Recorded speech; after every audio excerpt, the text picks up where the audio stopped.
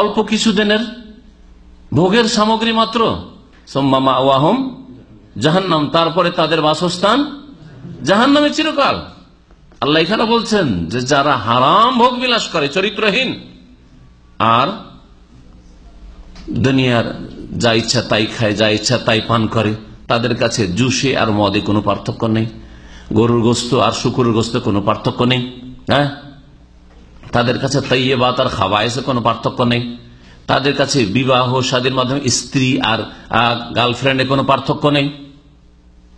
ধোঁকা খেও না, এরা হারাম ভোগ বিলাস করছে। ওয়ায়াকুলুনা কামা তাকুলুল আনআম, এরা চতুষ্পদ জন্তুর মতো খায় দায়। ওয়ান্নারু মাসওয়াল লাহুম, সূরা মুহাম্মদ আল্লাহ বলছেন তাদের ঠিকানা, বাসস্থান হচ্ছে আগুনে জাহান্নাম। আলহামদুলিল্লাহ, আপনি দুনিয়ার সরবরাহ হইলেও আপনার জায়গায় জান্নাতে ইনশাআল্লাহ তাআলা। আল্লাহ পাক আমাদের সকলকে জান্নাতুল ফিরদাউস যেন দান করেন।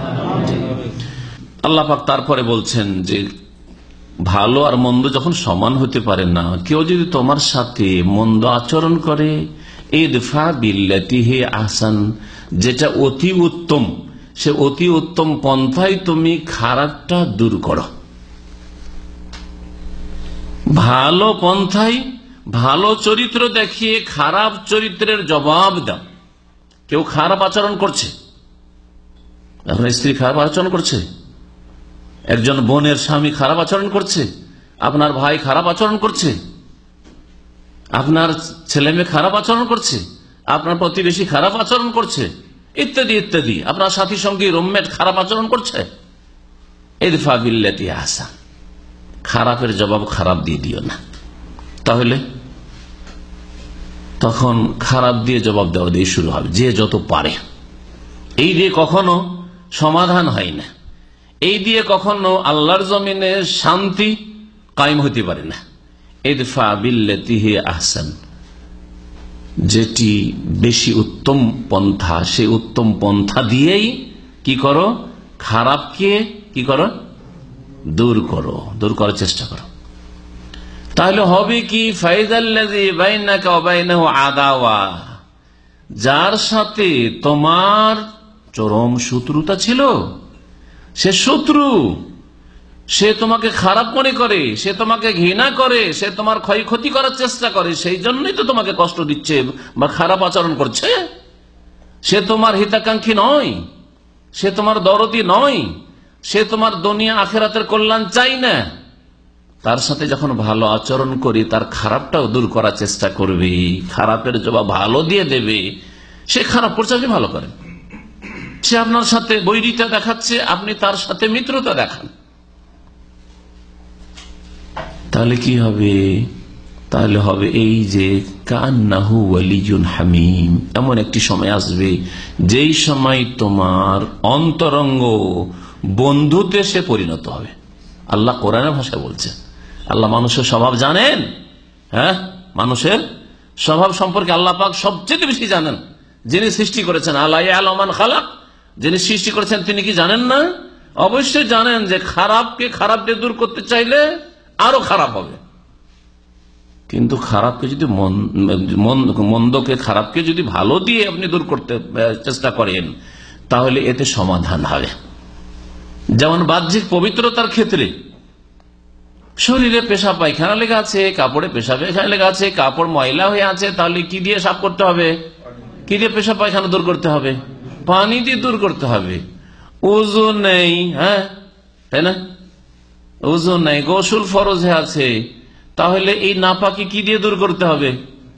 গোসলের প্রয়োজন হলে গোসল দিয়ে, না হলে উযু দিয়ে, উযু না থাকলে উযু দিয়ে, আর যদি উযু না করতে পারেন, হ্যাঁ, বা উযু করার ব্যবস্থা না থাকে, তাহলে তায়াম্মুম, পাক মাটি, সাইদান তাইয়্যিবা, পাক মাটি, ভালো মাটি। আল্লাহ বলেছে তাইয়্যিবান মানে ভালো, তাইয়্যিবান মানে পাক।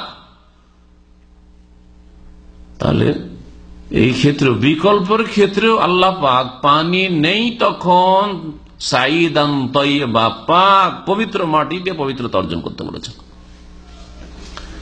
তো ভালো দিয়ে মন্দকে দূর করলে কি হবে?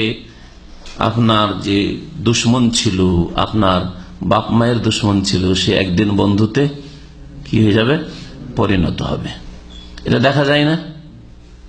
যে কালকে আপনার শত্রু ছিল সে আজকে বন্ধু। দুশ্মনী করে করে ক্ষয়ক্ষতি করে করে নিজে স্যারেন্ডার করেছে। দেখা গেছে আপনার ক্ষয়ক্ষতি করেছে, আপনি তার ভালাই করেছেন। আপনার পিছনে আল্লাহ পাকের মদদ আছে, তাকে আল্লাহ অসহায় ছেড়ে দিয়েছেন। এটা একটা দিক। একটা তো আছে যে তার একটা মানবতা আছে। মানবতা না থাকলেও অনেক সময় অনিচ্ছাকৃত বন্ধু হয়ে যায় আপনার, অনিচ্ছাকৃত আপনার গোলাম হতে বাধ্য হয়। কখনো সে গোলাম হতো না, কিন্তু নিরুপায় হয়ে আপনার সামনে এখন শির নত করেছে। এটা কি হয় না? অবশ্যই হয়, অবশ্যই। দেখছি যে এই লোকের এত ক্ষতি করলাম, কিন্তু এর ক্ষতি করে বা এর হিংসা করে একে ঠেকাবার চেষ্টা করে কিছুই করতে পারছে না, এগিয়েই যাচ্ছে।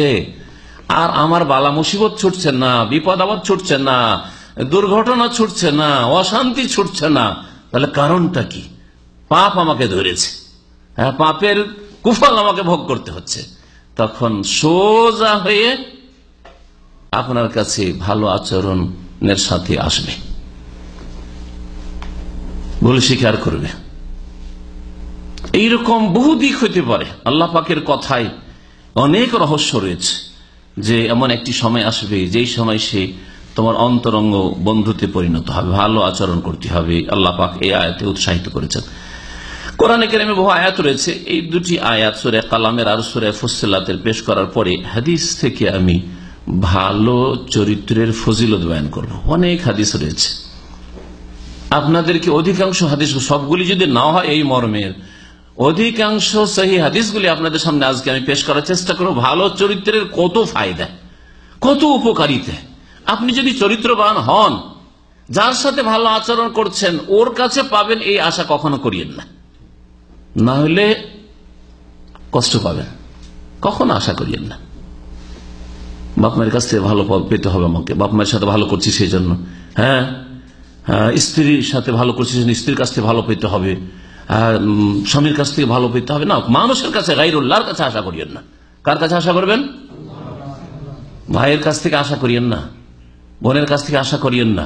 বোন অনেক কোলেপিঠে করে, অনেক কষ্ট করে মানুষ করেছেন ভাইকে, আর সে ভাই খারাপ আচরণ করছে বোনের সাথে, তখন কষ্ট লাগে যদি ওর কাছে আশা করে বসে থাকেন। কিন্তু যার কাছে আশা করতে আল্লাহ হুকুম করেছেন তার কাছে যদি আশা করেন তাহলে কখনো কষ্ট পাবেন না। কারণ আমি করেছি আল্লাহ সন্তুষ্টির জন্য, আল্লাহর কাছে আমি পাচ্ছি আর পাবো, এটি আপনার সান্ত্বনার জন্য যথেষ্ট।